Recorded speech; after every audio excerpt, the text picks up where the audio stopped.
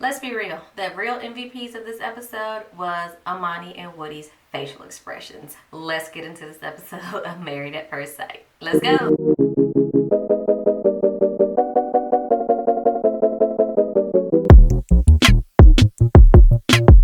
Hey y'all, Tasha back with another video. Yes, we are here another week, another day to review Married at First Sight, season 11, episode 14. So we are now 14 days away from decision day. So you guys know, because of quarantine, decision day is usually 8 weeks from the wedding. Got pushed back many extra months because of production being shut down. So now they've been married a little over 3 months, and decision day is now just a couple weeks away. So we see the episode opens up with Amani coming over to Olivia's place with some margarita mix and to help her load up the rest of her belongings. Because as we know from last week, her and Brett called it quits. They're not trying anymore. Brett said there's nothing more that she could do, they could do. So he's, of course, moved out last week, and she's moving her belongings this week out of the apartment. Weird thing is, when they were getting her stuff and Olivia was talking to Amani, how she said that Brett had texted her and asked her if she wanted to go hang out. I was like, but you didn't want to be with her. Why do you want to go hang out with her? And then she said that he texted her and was like, it's okay for you to go out and date, as if she needed his permission, that if she wanted to move on and go date, she could do that. I mean, yes, you're still legally married, but y'all are clearly not together, and you were only, married for a number of weeks here. She does not need your permission to go out and enjoy herself and date another man, Brett. We don't need it, okay? Woody then visits Henry, and Henry shares how things have been going the past few days with Christina. If you remember last week, Christina, they had their whole situation after they talked to Dr. Pepper and Pastor Cal, and they wanted to talk it out, and Henry called her out about her lies. She brought on the tears, and then we saw at the end of the episode, she tried to say that Henry was gay. So Henry was able to basically bring Woody up to speed with all that had been going on with them. And child, the facial expressions from Woody was everything, because I think we were all making the same faces that Woody was making at the exact same time he was making it. Like, woo! So between Amani going to help Olivia and then Woody coming to talk to Henry, y'all know the pillow talk that night with Woody and Amani. The tea was piping hot, and it was being spilled all over the place. All over the place. I'm sure they had a grand old time discussing those situations. Woody asks, how things are gonna kind of work out with them having issues, and then them having the couples retreat coming up. And Henry was saying, well, basically, Christina will probably act like nothing's wrong, and she'll just, act normal, like everything's going great between them two. And I totally agree that she was going to act like that to save face, especially in front of the other couples. And she really didn't prove us wrong now, did she? Nope. They show all the different couples packing to get ready for their retreat. And then when they do show Christina and Henry, she says that she did not believe that Henry was gay. It seemed the way she said it that she had gotten the text message long ago, and then she had just kind of threw it out here to say something about it, which again, I feel like it was a tit for tat situation. Basically the same how he said his deal breaker was the impatience, and then she flipped around and said her deal breaker was the lack of confidence. And then because Henry got on her last week about lying and stuff, she felt like she had to do something to hurt his feelings. That's basically what that was. But it kills me how she says that she didn't believe it, and I guess she should have just discussed it with him before. But if you didn't believe it, why'd you say something to Henry about it? Christina, girl, bye. We see them start to travel towards the cabins, and each of the couples have their own individual private cabins, I'm sure, just to keep up with social distancing and everything that was required. But then it looks like they have like a little community cabin where they have, fridge, they can cook, and they can kind of get together and talk. So we see the first night they all get there, the unpacking groceries and things, and then everybody starts to cook and they eat. So Karen and Miles, they actually show up first, and as they go to their cabin, Karen continues to talk about the struggle with being physical and being intimate, and quite frankly, it is getting so old. Like, I'm tired of hearing about, oh, we getting used to each other, I'm warming up to him, we just trying to get... Karen, I am over it at this point, because you know what this man wants, you know what this man likes, but you continue to act like, oh, we just trying, I don't know, blah, blah, blah. Yes, you do know. Just stop it. If you don't like him, walk away. Like, Olivia and Brett, just let it go. Just let it go if y'all don't want to be together. I'm just sick of it. And then we see Bennett and Amelia arrive, Henry and Christina. And Henry is correct that Christina kind of just rolls up into place and acting like everything is all good. And I knew that was going to happen with her, because she just wants to save face in front of the other couples. So the couples, they all get together, take some shots, cook and eat dinner. Then they basically address the elephant in the room with Olivia and Brett no longer being there. And Christina shares how she, didn't have the good vibe about Brett from the very beginning. They flash back to show at the honeymoon how she kind of had that little one-on-one conversation with Olivia. And of course, while I don't like Christina, I knew she was spot on about Brett, and all of us saw it, that he was pretty much a little scumbag and they weren't going to work out. So she was spot on. And I basically said in my notes, one asshole can spot another asshole. It is what it is, y'all. And then they check in to see how everyone's been doing since being on lockdown, and then now they're finally able to get away, which everyone seems to enjoy. Bennett just comes straight out the gate and says that that him and Amelia have been intimate. They've had sex. He's like, let me just get it on out there before we do this round robin shenanigans. We've had sex. We're good on that front. Let's move on. But it was so funny because he just was like, let me beat y'all to the punch. And then the conversation shifts a little bit, and Miles gets really serious, where he talks about the racial tension in America.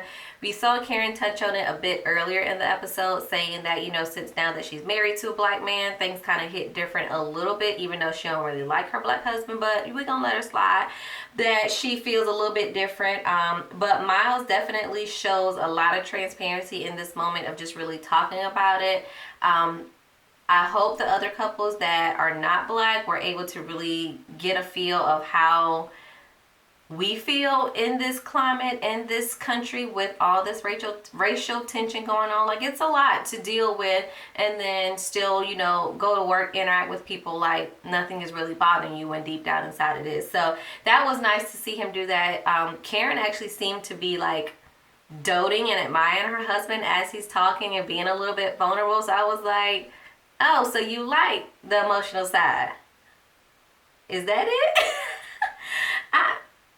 I don't know what to think about her, child. I just don't know. But after he gets done with that, Christina says that how she's glad that she's here, and her and Henry are kind of making it. And child, the chuckle that Henry let out, the producers be petty as I don't know what.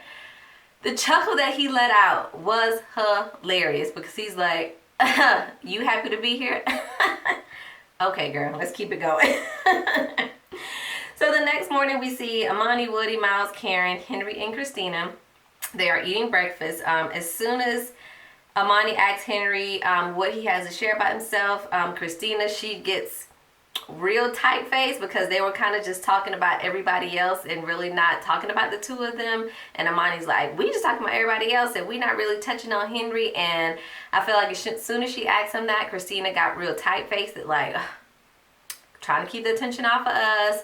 I don't know what this man gonna say when you start asking him about how things are going. He gonna blow up the whole cover. That's basically how she acted. And then Henry basically says, he kind of hoped to be one of those couples that were doing great, but he's honestly, just trying to see it through. He don't want to quit, but Henry already knows things ain't looking good for him and Christina. Christina says how she thought that, she could get along with anyone. And I'm just like, I don't know how, but okay, girl. But she's basically just trying to act like, again, things are all cool, when we know from watching everything else, they are not working. It's not going. But of course, we can count on Woody to, you know, bring out the real Woody. He just blurts out whatever it is that he's feeling, and Christina definitely doesn't like that. Her pursed lips that we have not probably seen for a few episodes was back in full force this episode, because she was not feeling the heat being on her and the difficult conversations that she had to have.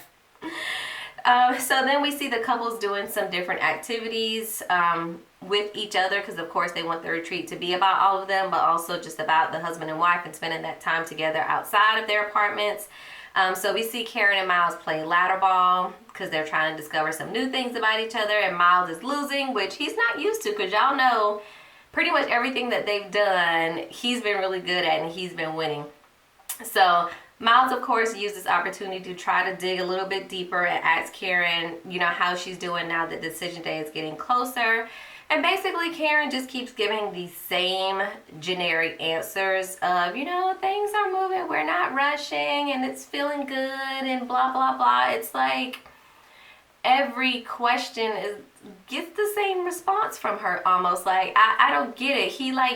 I feel like Miles does a really good job of asking really open-ended and deep questions, and Karen just stays here on the surface with it. Like, it's like she doesn't want to get too deep because she knows that this isn't going to go any further than this experiment per se.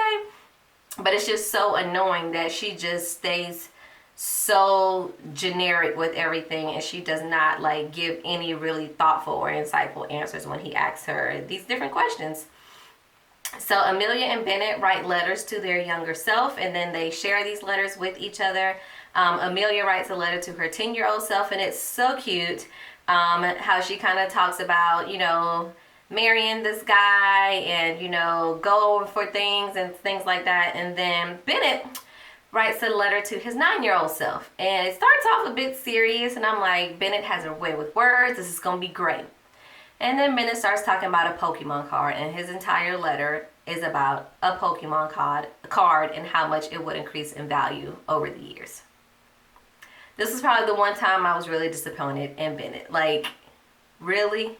And I think Amelia was disappointed as well, because she was like, you know, there's no mention of me. There's really no mention of his future kind of in general. It was just all surrounding this Pokemon card, which would have been cute if he would have put the caveat of some other stuff that's going on in his life. But, okay, Bennett. Christina and Henry, they do the same activity that Amelia and Bennett does, and Christina reads her letter. She gets so teary-eyed and emotional. She has to wipe away her tears. Girl.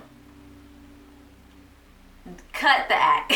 The tears were so forced, and it is so funny to see Henry's face during these interactions with her, because now he sees straight through her, and he's like, yeah, looks good, but okay, let's move on. But in both their letters, they basically fire a few shots at each other. Probably the other person, I'm sure, picked up on it, but, you know, just in regards to, you know, trust yourself, go with your gut, trust your judgment, it never steers you wrong. Things like that, they were kind of poking out there. So it's like, yeah, girl, you gonna make a mistake, or yeah, guy, you ain't gonna do something that's so cool, but you'll be all right. It's okay. Amani and Woody play dominoes, and of course they place a little friendly wager on the game, because you can't just play a game and not have nothing at stake here. So Amani's like, if she wins, she wants to earn another voucher in that little coupon book, because she really loved that coupon book. And then Woody wants to get a full body massage. So watching them play really made me want to learn how to play dominoes. Like, I don't know the first thing about it, but I'm going to learn now that I've seen them play it. They flash back to all the difficult conversations that Woody and Amani has had up until now, and how they basically have overcome some of those difficult moments. And then Woody asks Amani what would it take for her to say no on decision day, and she basically says that he has to just completely shift his character, because she's basically seen who he is, and he's been pretty consistent with who he is. So if he completely flips on her and changes, then that would probably make her say no.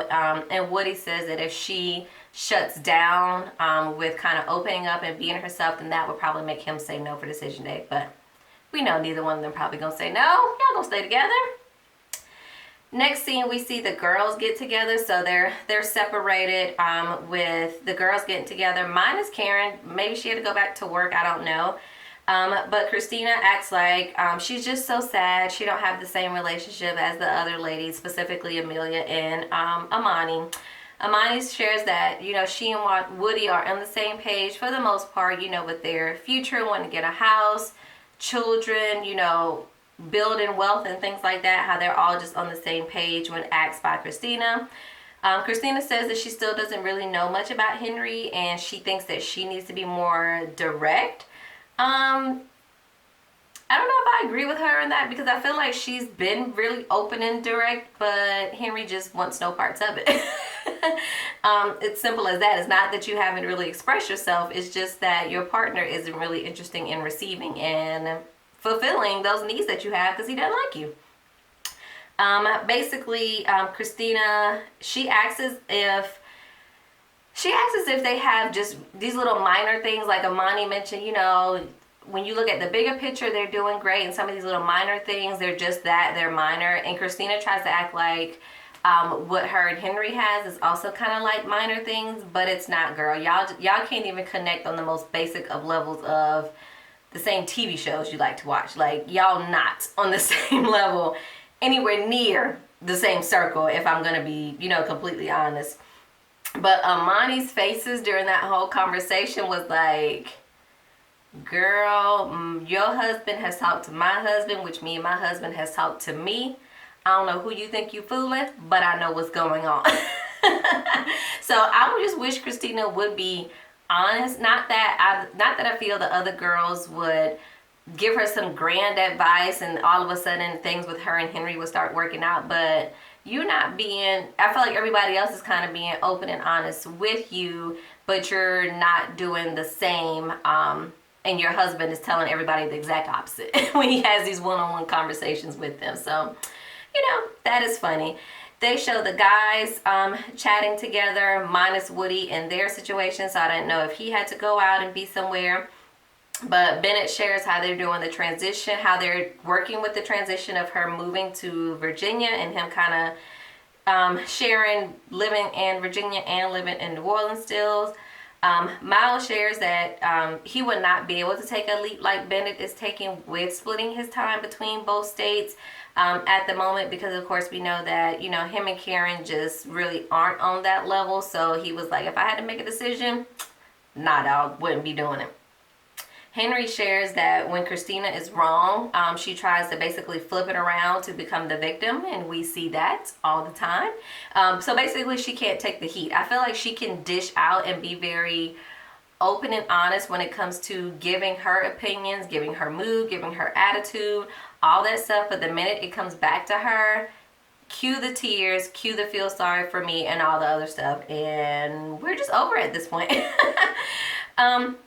Henry says that he doesn't want drama, so of course he's not going to bring up any of this stuff at the retreat with the other couples, which I get both sides. Like, don't rock the boat in front of company. Me and her kind of know what's going on.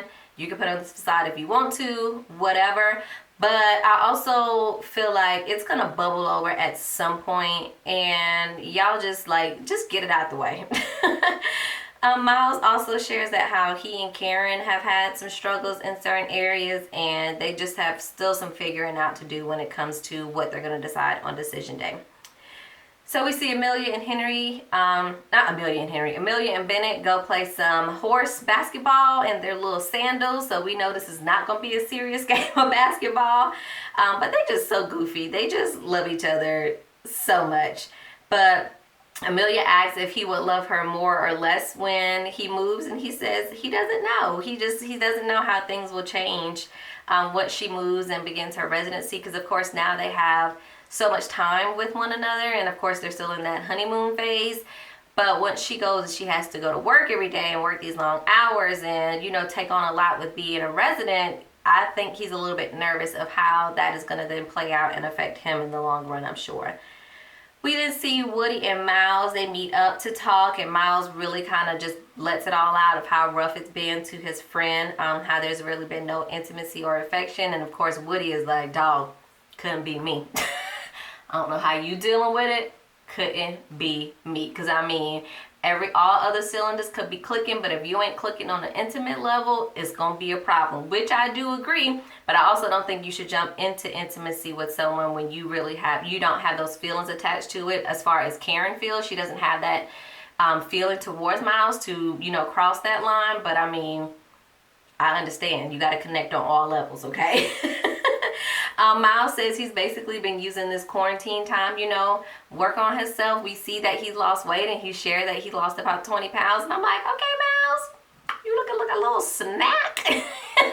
He was looking a little cute with that, extra hair on, face slimming down, getting a little, I was like, I see you, Miles. I see you working on you.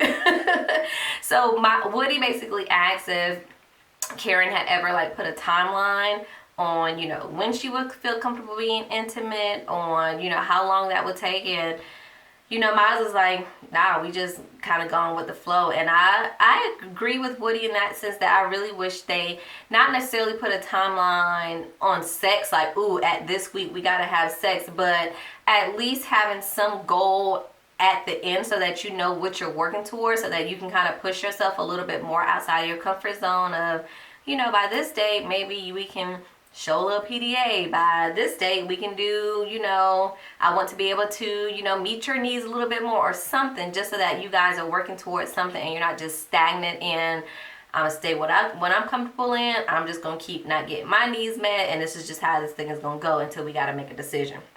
But I really felt sorry for him, because I feel like Woody really felt sorry for his friend. Like, God, I'm having such a great time in my marriage, and my friend is just really going through it, and it's really nothing I can do to help him. So I like that moment that they share, but I feel like definitely Woody was feeling bad for his friend. And then as the episode kind of gets to the end, we see that they play a game called Stranger Spouse, which is basically a little made-up game with answering some random questions. They have to write their answers on a little dry erase board and see if their answers match with their spouse. It's a cute little game. It basically reminded me of the Newlywed Game. If y'all have ever seen that, it was on back in the day, and then it rebooted years ago with Sherry Shepherd. But I used to love that show, and it reminded me of that game.